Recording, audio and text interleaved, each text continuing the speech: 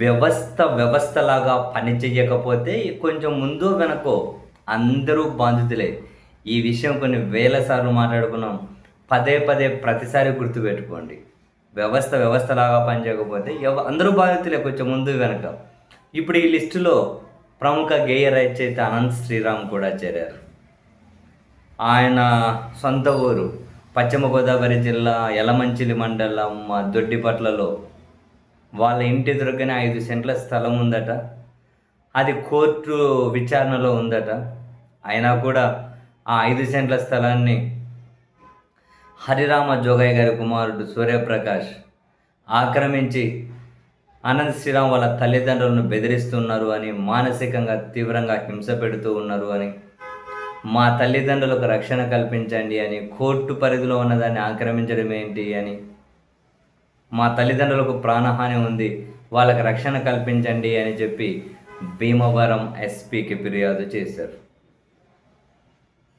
Court పరిధిలో ఉంది, అయినా కూడా ఆక్రమించారు, మా తల్లిదండ్రులను హింస పెడుతూ ఉన్నారు, మానసిక హింస అని. అంతే. వ్యవస్థలాగా పనిచేయకపోతే అధికార పార్టీ లేదు, అధికార పార్టీ అంటే ప్రతిపక్ష పార్టీ లేదు, ఆ సెలబ్రిటీ లేదు, ఈ ఫీల్డ్ అని లేదు, ఆ ఫీల్డ్ అని లేదు.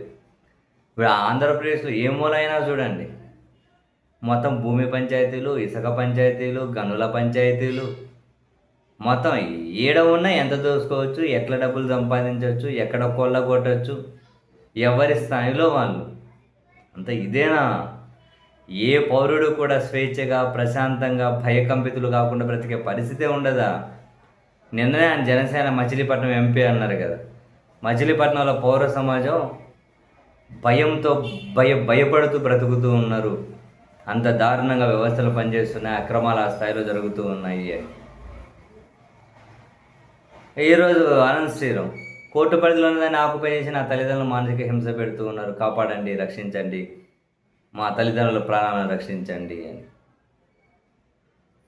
అందరూ చిన్న చితక దగ్గర నుంచి పెద్దవాళ్ళ దగ్గర వరకు కూడా ఇదే భయం గుప్పెట్లోనే బతుకుతూ పోవాలా? ఎవరి దానికి ఏమీ రక్షణ లేదా?